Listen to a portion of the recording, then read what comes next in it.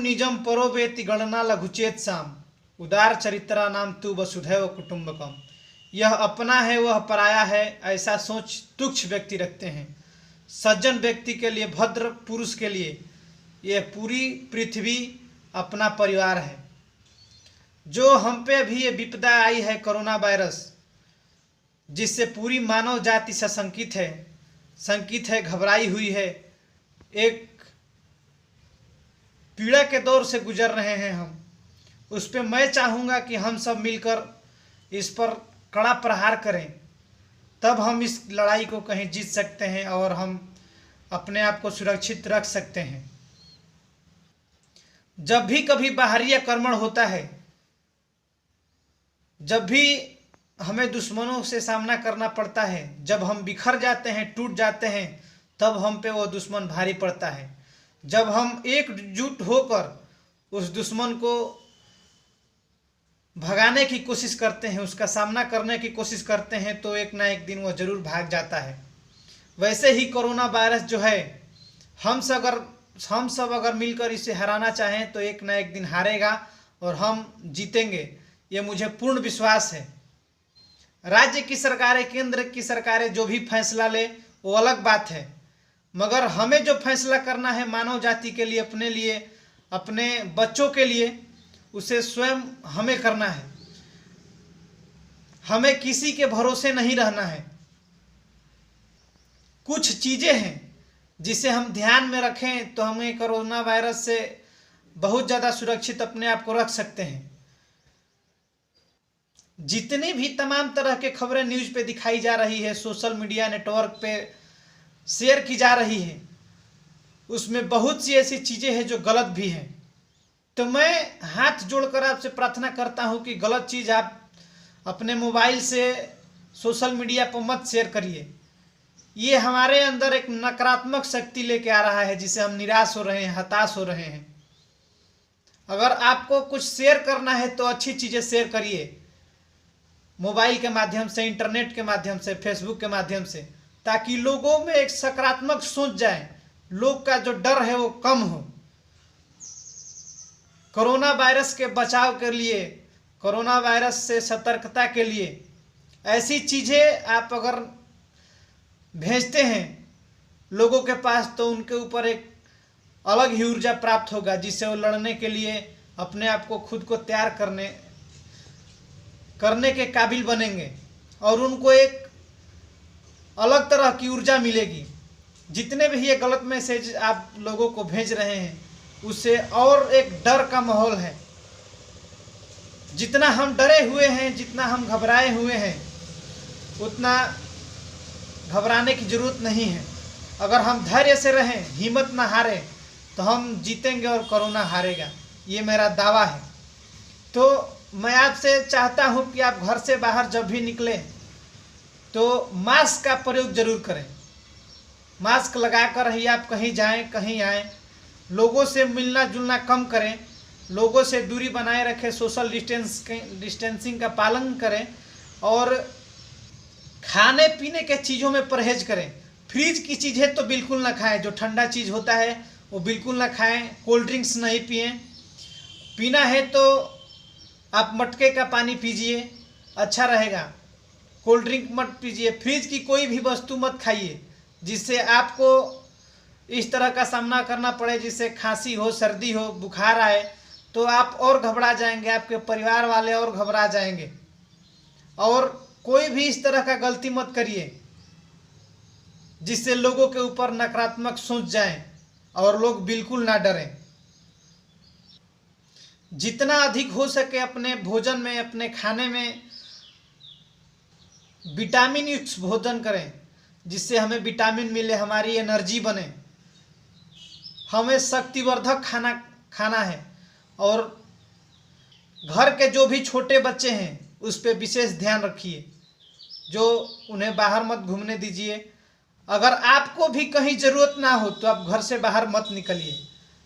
ये मत समझिए कि जब सरकार लॉकडाउन करेगी, जब पूरी पाबंदी लग जाएगी, जब पुलिस का डंडा खाएंगे तभी हम घर में रहेंगे, अन्यथा हम घूमते रहेंगे।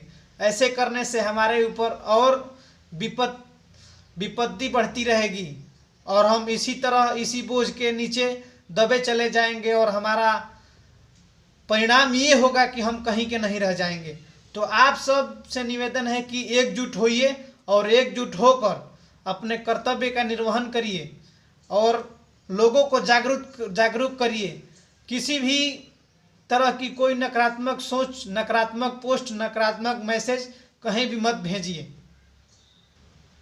समस्या आई है तो इसका हल भी होगा।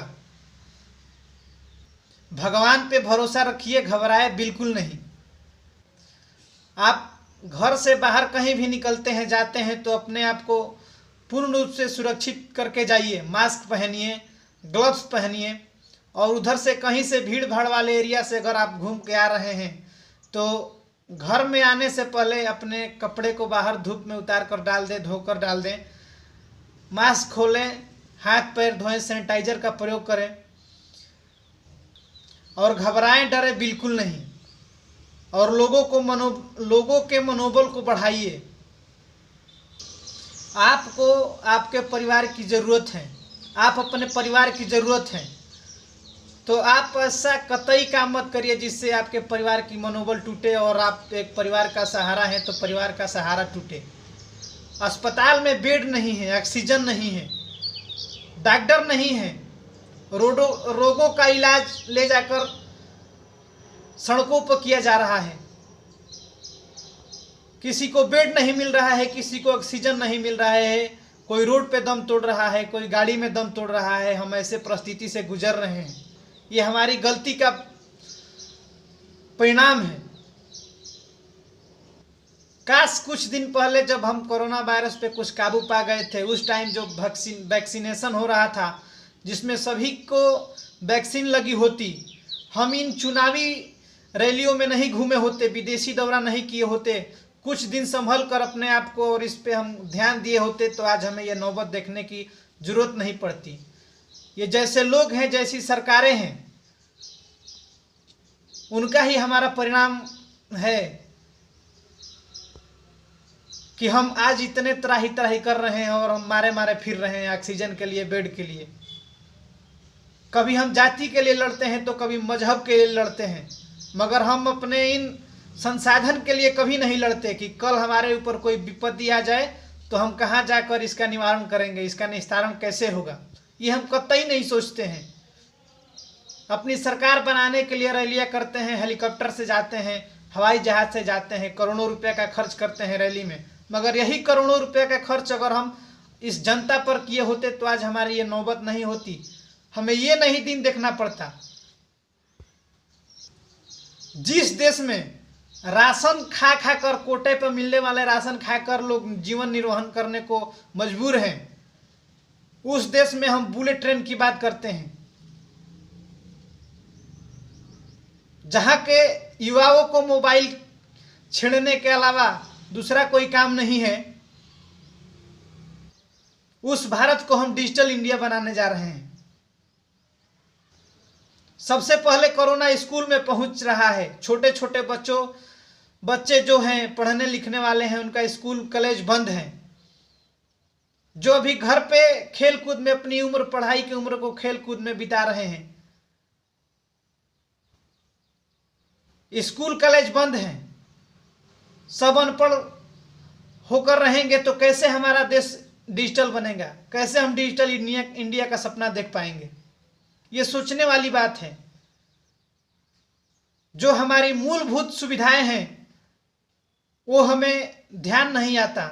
लोगों का पेट कैसे भरे, लोगों तक अनाज कैसे पहुंचे, लोगों तक मकान कैसे पहुंचे, लोगों के पास खाने के लिए 2 जून की रोटी और नमक कैसे मिले, इस पे ध्यान नहीं है। साल 2 साल अगर ये हमारा चुनाव टल जाता तो क्या विपत्ति आ जाती, धरती पे भूकंप आ जाता या प्रलय मच जाता, मगर ऐसा नहीं होगा। होगा तो वही, चारों तरफ अपनी सरकारें बनानी है, रैली करनी है। इतना भयावह स्थिति है, फिर भी अभी कुंभ का मेला जो है वो चल रहा है। कितने वहाँ पे साधु संक्रमित हुए, मगर उस पर कोई मनाही नहीं है, जहाँ पे बाबा जी की सरकार है। न्यूज़ पे देखते हैं तो दिमाग खराब होता है क्या से क्या हो रहा है, लोगों के बीच इतने नकारात्मक सोच पहुंच रहे हैं, लोग डरे हुए हैं। आधे से अधिक लोग तो ये सोच सोच के मर जाएंगे कि क्या होगा क्या नहीं होगा। उसके ऊपर ये बेरोजगारी, उसके ऊपर ये भूखमरी, लोग पलायन करने लग गए हैं अब से। जो भी प्रवासी मजदूर है, पिछले वर्ष की भांति इस वर्ष भी वही सब देखने को मिलने वाला है। अभी से लोग पलायन करने लग गए हैं। क्या हम अपना विकास कर पाएंगे? ये सब बातें सरकार को सोचनी चाहिए, सरकार को अमल करनी चाहिए। चुनाव महत्वपूर्ण नहीं है, जीवन महत्वपूर्ण है। अगर हम रहेंगे तभी चुनाव का महत्व है, किसी मंत्री का महत्व है, किसी विधायक का महत्व है, किसी प्रधानमंत्री का महत्व है। जान नहीं रहेगा तो जहान कहां से रहेगा, ये अमल करने वाली बात है। तो मैं आपसे निवेदन करूंगा कि आप इन बातों पर ध्यान दीजिए। आप कहीं भी निकलिए तो अपने को पूर्ण रूप से सुरक्षित करके निकलिए। हाँ, अगर कोई काम नहीं है तो मैं आपसे हाथ जोड़कर ये निवेदन करूंगा कि आप घर से बाहर कतई मत निकलिए। राशन की दुकान पर जाइए तो 2-4 दिन का एक्स्ट्रा बढ़ाकर राशन लेके आइए। नमक रोटी अपने घर में खाइए, मगर बाहर मत जाइए। अगर मजबूरी में किसी कारणवश जाना पड़ रहा है तो अपने आप को सुरक्षित करके जाइए। मास्क पहनिए, फ्रिज की चीज़ें बिल्कुल ना खाएं और कोल्ड ड्रिंक्स ना पिए, और लोगों के बीच में नकारात्मक मैसेज ना भेजें सोशल मीडिया के थ्रू, मोबाइल से, इंटरनेट से और फेसबुक, व्हाट्सएप से। तमाम तरह की खबरें जो फेसबुक पे, नेटवर्क, इंटरनेट पे, सोशल नेटवर्क पे जो चीज़ें चल रही है उसमें बहुत सारी ऐसे न्यूज है जो गलत है, और वही गलत चीज़ हमारे ऊपर प्रभाव डाल रही है। हमारी जो मानसिक स्थिति है उस पर बहुत ज़्यादा प्रभाव पड़ रहा है इन्हीं गलत मैसेजों को लेकर। तरह तरह की मैसेज लोग भेज रहे हैं, तरह तरह की वीडियो बना के लोग भेज रहे हैं।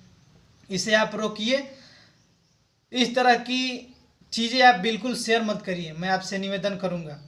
और मेरा ये निवेदन आपको अच्छा लगा तो आप लोगों तक इस मैसेज को पहुंचाइए और वीडियो को लाइक करें और शेयर करें। आज के लिए इतना ही। धन्यवाद। हंसते मुस्कुराते रहिए, अपने परिवार के साथ घर में सुरक्षित रहिए, स्वस्थ रहें, मस्त रहें। धन्यवाद।